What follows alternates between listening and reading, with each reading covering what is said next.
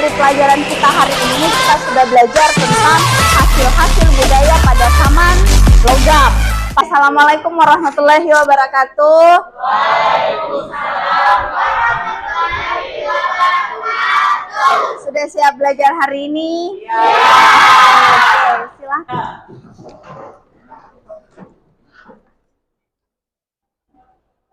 Beri salam. Assalamualaikum warahmatullahi wabarakatuh. Waalaikumsalam warahmatullahi wabarakatuh. Haji. Sebelum belajar mari kita bacakan pada keyakinan masing-masing. Dimulai.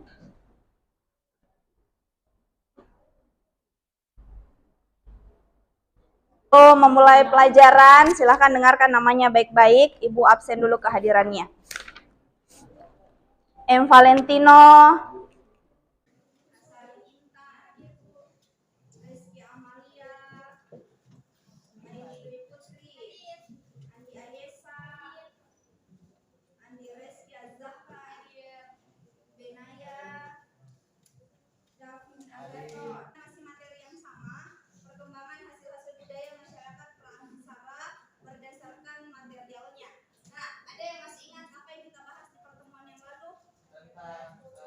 Tentang saman batu. Yang pertama ada saman paleolitikum, yang kedua mesolitikum, yang ketiga neolitikum, yang keempat megalitikum. Nah, dari pertemuan sebelumnya itu kita sudah belajar tentang hasil-hasil budaya saman batu. Yang pertama itu ada yang disebut dengan saman paleolitikum, yang kedua saman mesolitikum, yang ketiga itu saman neolitikum, dan yang terakhir itu adalah saman megalitikum. Selanjutnya, perhatikan gambar di atas. Ada yang tahu kira-kira ini gambar apa? Hah? Kendi, gentong. Ada yang lain? Hah? Tungku. Ada yang lain? Gambar yang kalian lihat di atas itu adalah salah satu gambar hasil budaya yang ada pada saman logam yang berasal dari Sulawesi Selatan, tepatnya di Kabupaten Selayar. Ada yang pernah ke Selayar? Ada. Pernah?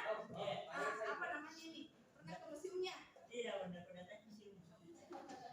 Oke, ini namanya adalah Negara Perunggu. Ini adalah hasil budaya yang berasal pada saman logam. Ini adalah salah satu. Jadi ini salah satu, berarti masih banyak hasil-hasil budaya yang dihasilkan pada saman logam. Kemudian yang kedua, perhatikan gambar di atas. Tahu ini gambar apa? Hah? Ya, sabit. Sabit. Nah, kenapa ibu tampilkan gambar sabit di sini? Salah satu hasil kebudayaan saman logam itu adalah sabit. Di mana bu hasil kebudayaannya? Matang sabit inilah yang berasal dari besi. Nah, jadi saman logam itu yang akan kita pelajari itu terbagi tiga.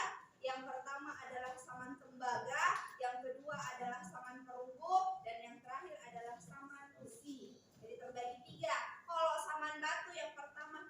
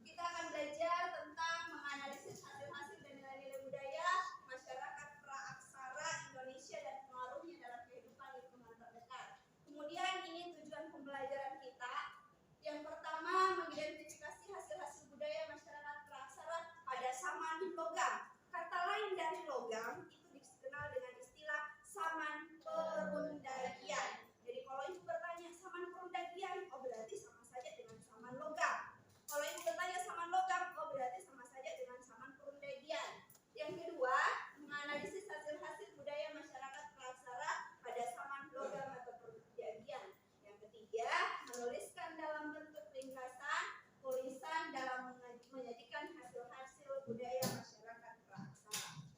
Kemudian diperhatikan ke atas. Nah, kita bahas sedikit dulu. Pada zaman logam, manusia tidak hanya menggunakan peralatan sehari-hari dari batu, tetapi juga mampu membuat alat-alat dari logam. Ternyata kalau kita menemukan dari poin nomor 1, masyarakat Praksara sudah mengenal yang namanya cara mengolah logam. Yang tadinya caranya masih sangat kasar. Kenapa masih sangat kasar? Karena batu yang mereka hasilkan. Sekarang mereka sudah mengenal yang namanya cara membuat logam. Nah, berarti kemampuan berpikir masyarakat Praksara mengalami kemajuan atau tidak? Mengalami, karena tadinya hasil budayanya berasal dari batu, berubah menjadi hasil budaya yang berasal dari logam.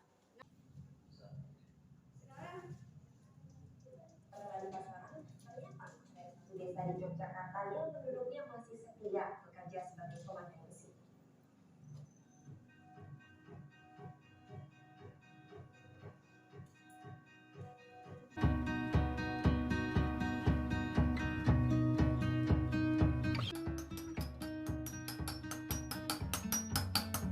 Alat sederhana dan berdekatan dengan percikan besi panas.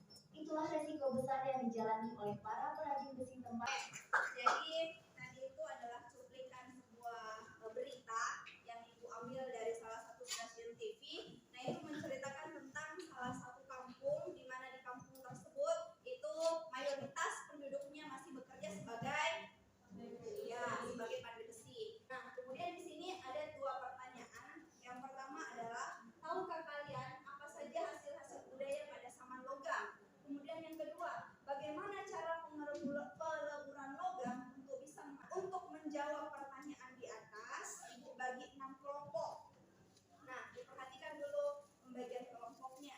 Kelompok 1 itu ada Laura, Faruk, Mahesa, Fadia, Aini dengan Nurul Mustabsyira. Katakan dulu kelompok 1. Karena ibu sudah bagi kelompok, jadi terdiri dari 6 kelompok. Kelompok 1, 3, dan 5 atau kelompok ganjil, kalian membahas tentang saman perunggu. Contoh, lanjut kelompok 2, 4, dengan 6 yang kalian bahas itu adalah saman besi. Nah, begini, kelompok 1, 3 dengan 5 di sebelah kanannya ibu. Kelompok 2, 4 dengan 6 di sebelah kirinya ibu. Silakan bergabung dulu. Kelompok 1 tadi apa yang kalian bahas? Oke, saman perunggu. Ada teknik apa ini?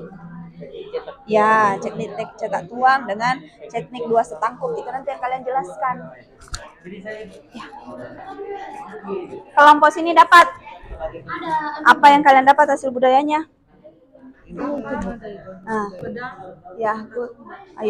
Terus kan tadi ibu minta tekniknya. Ini tekniknya ya. Assalamualaikum warahmatullahi wabarakatuh.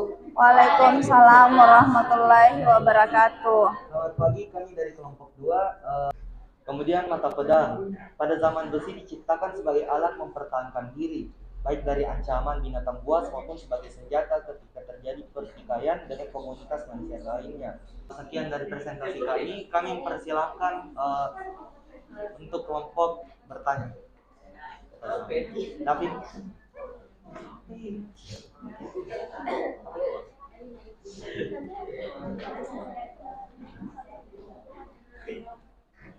Ini saya.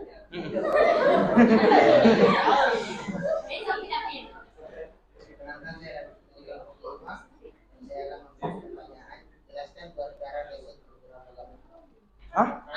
Jelaskan dua cara teknik peleburan logam. Oke. Teknik Silver 2 itu adalah cara pengolahan logam menggunakan cetakan yang terbuat dari lilin yang dibungkus tanah liat. Kemudian teknik 2 setangkup atau teknik Diva 2 adalah teknik cetak logam menggunakan cetakan yang terbuat dari batu.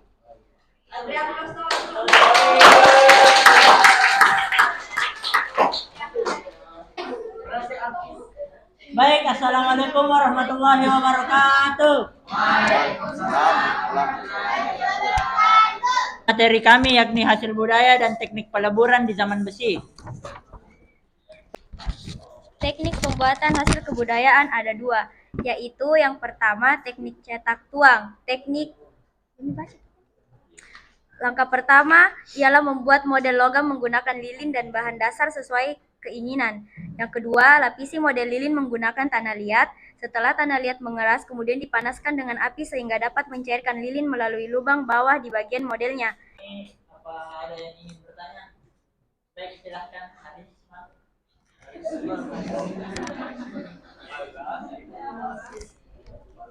Kan tadi dibilang teknik peluburan besi itu lebih susah dari teknik peluburan tembaga sama peluru karena dia butuh panas yang sangat tinggi. Kira-kira apa alasan lainnya teknik peluburan besi itu lebih sulit dari teknik peluburan tembaga ataupun peluru? Selain tadi karena dia butuh panas yang sangat tinggi. Lebih lama waktu yang digunakan, waktunya juga. Oh baik, jadi saya akan menjawab pertanyaan dari kelompok 4. Jadi kenapa besi lebih sulit dibentuk daripada tembaga maupun perunggu? Karena dari yang disebutkan, karena besi butuh titik lebur yang lebih tinggi, jadi lebih susah juga dibentuk sehingga juga memerlukan waktu yang lebih lama.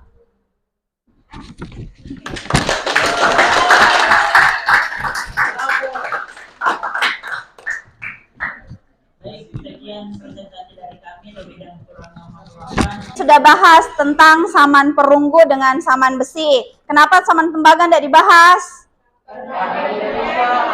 Ya, satu orang yang bisa menyebutkan dari kelompok 1, 3, dengan 5, sebutkan minimal 4 hasil budaya saman perunggu. Ada yang bisa? Kelompok 1, 3, dan 5. 4 hasil saman perunggu, ya silakan berdiri dek.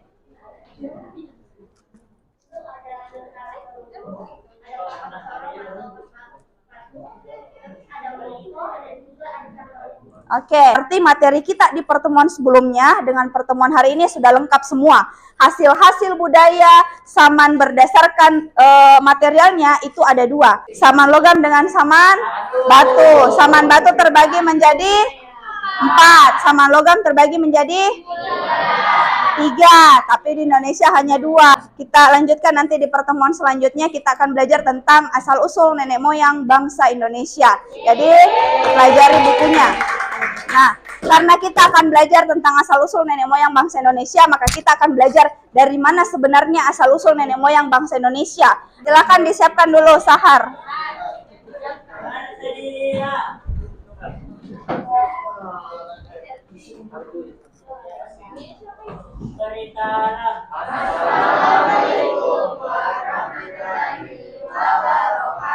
Waalaikumsalam warahmatullahi wabarakatuh.